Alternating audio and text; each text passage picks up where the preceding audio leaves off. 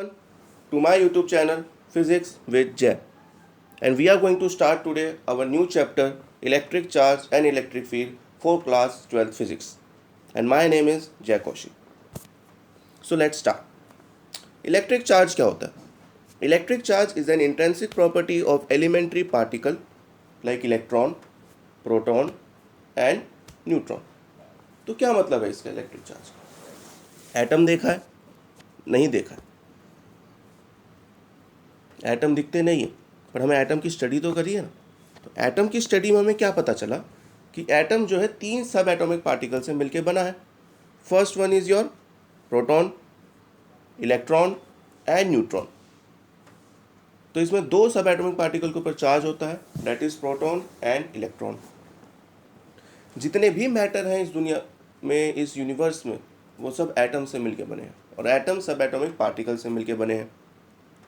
और इन्हीं सब एटॉमिक पार्टिकल्स की वजह से चार्ज आता है बॉडी के अंदर, और इसी चार्ज की वजह से कोई 2 चार्ज बॉडीज एक दूसरे को अट्रैक्ट कर पाती है.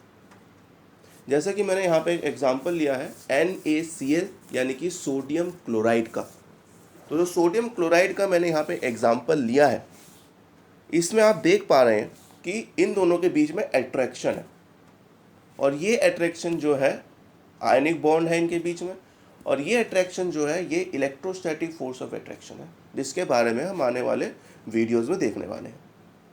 तो ये है आपका इलेक्ट्रोस्टैटिक फोर्स, और इस चार्ज की वजह से जो सोडियम के ऊपर और न्यूक्लियस के ऊपर था, इनके बीच में अट्रैक्शन आया. Now next thing, electric charge is intrinsic property. Electric charge आपकी इंट्रिंसिक प्रॉपर्टी होती है एलिमेंट्री पार्टिकल की, जिसकी वजह से इलेक्ट्रिक फोर्स जो है किन्हीं 2 ऑब्जेक्ट्स के बीच में हमें देखने को मिलता है. 2 तरह के इलेक्ट्रिक चार्ज होते हैं, पॉजिटिव एंड नेगेटिव. चार्ज का यूनिट होती है आपकी कूलम, जिसको हम C से डिनोट करते हैं, और ये एक स्केलर क्वांटिटी होती है, यानी कि हम इसको सिंपली ऐड कर सकते हैं, सब्ट्रैक्ट कर सकते हैं. और स्केलर क्वांटिटी है यानी कि इसका मैग्नीट्यूड होगा बट डायरेक्शन नहीं होगी, which is very important. Now structure कैसा है एटम का वो सब हम जानते हैं. उसी स्ट्रक्चर से कुछ बातें इस टेबल में मैंने की हैं. So let's see. Proton having mass 1.67 into 10 raised to the power minus 27 kg, same that of neutron. An electron having mass 9.1 into 10 raised to the power minus 31 kg. Charge of proton and electron are same, पर यहाँ पे एक difference जो है plus और minus का है. Proton के केस में जो चार्ज होता है plus 1.6 into 10 raise to power minus 19 coulomb, और इलेक्ट्रॉन के केस में होता है यही charge minus 1.6 into 10 raise to power minus 19 coulomb. तो रिलेटिव चार्ज मैं प्रोटॉन का लेकर चलता हूँ +1 लेकर चलता हूँ, रिलेटिव चार्ज मैं इलेक्ट्रॉन का लेकर चलता हूँ -1 लेकर चलता हूँ, और 0 मैं लेकर चलता हूँ न्यूट्रॉन का, क्योंकि वो न्यूट्रल है. नेचर क्या होता है इलेक्ट्रिक चार्ज? छोटी क्लासेस हम पढ़ते आ रहे हैं, उसको हम दोबारा स्टडी करेंगे और कुछ अलग समझने की कोशिश करेंगे. तो पहली चीज़ क्या है कि पॉजिटिव नेगेटिव को अट्रैक्ट करता है.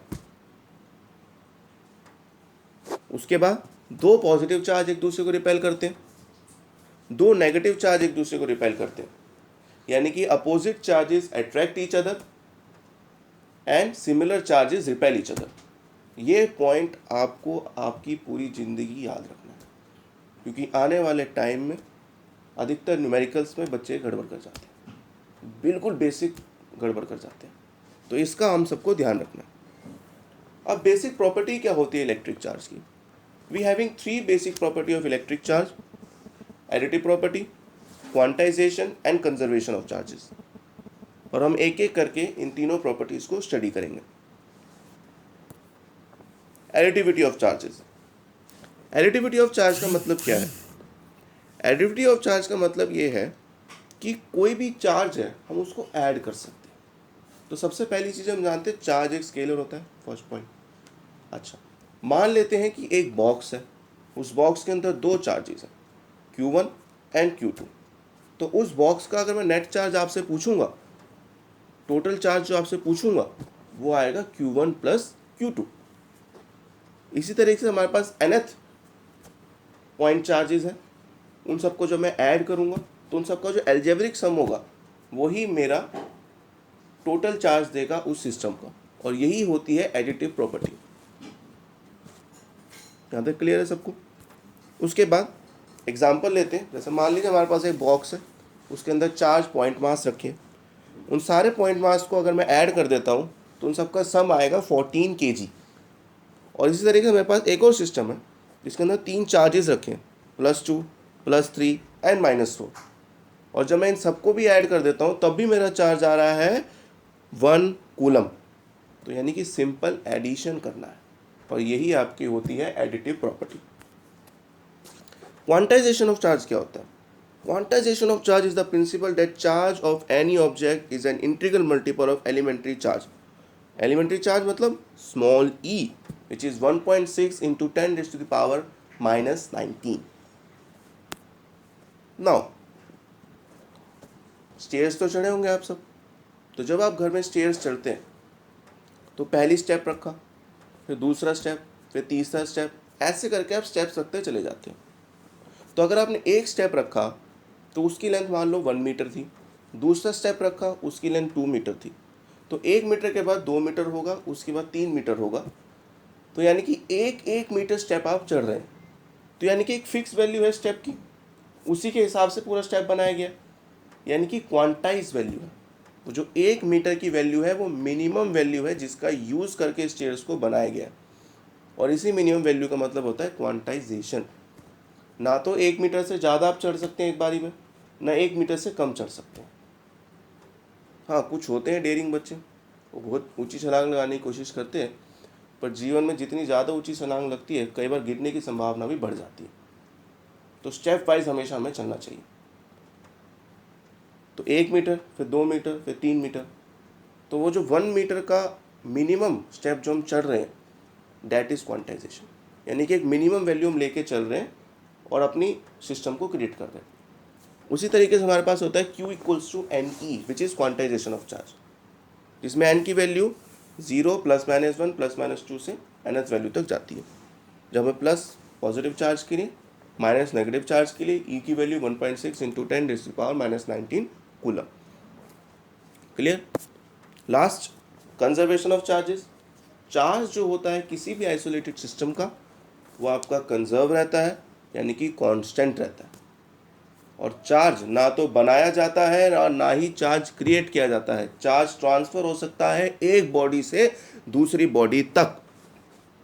इसका मतलब क्या है? यहाँ पर एक एग्जांपल लेते हैं। हमारे पास 2 स्फीयर्स हैं। पहले स्फीयर का चार्ज है आपका 10Q, दूसरे पे कोई चार्ज नहीं है, न्यूट्रल है। तो यानी कि ये पहला सिस्टम हो गया, इनिशियल कंडीशन हो गई। अब इस सिस्टम का, पहले वाले सिस्टम का टोटल चार्ज कितना हो गया?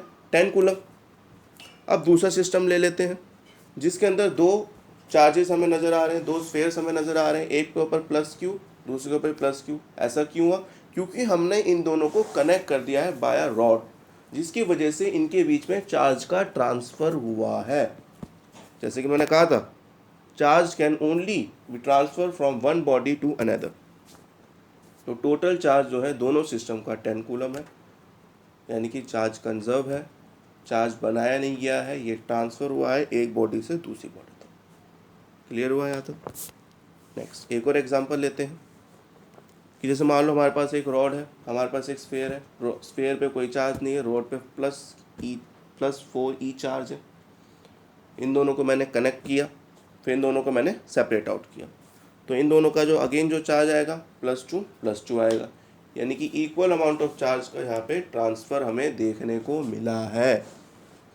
This is very important and this completes our topic conservation of charges. तो इसी के साथ हमारा जो पहला पार्ट था इस वीडियो का वो भी कंप्लीट होता है। सो इसको अच्छे से रिवाइज करिए, एक प्रॉपर नोट्स बनाइए और कंटिन्यूटी में स्टडी करते रहिए।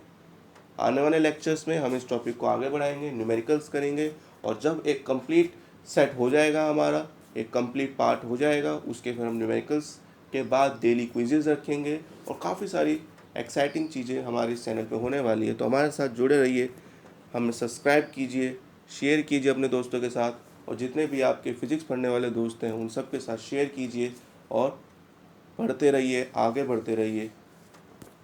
नमस्ते।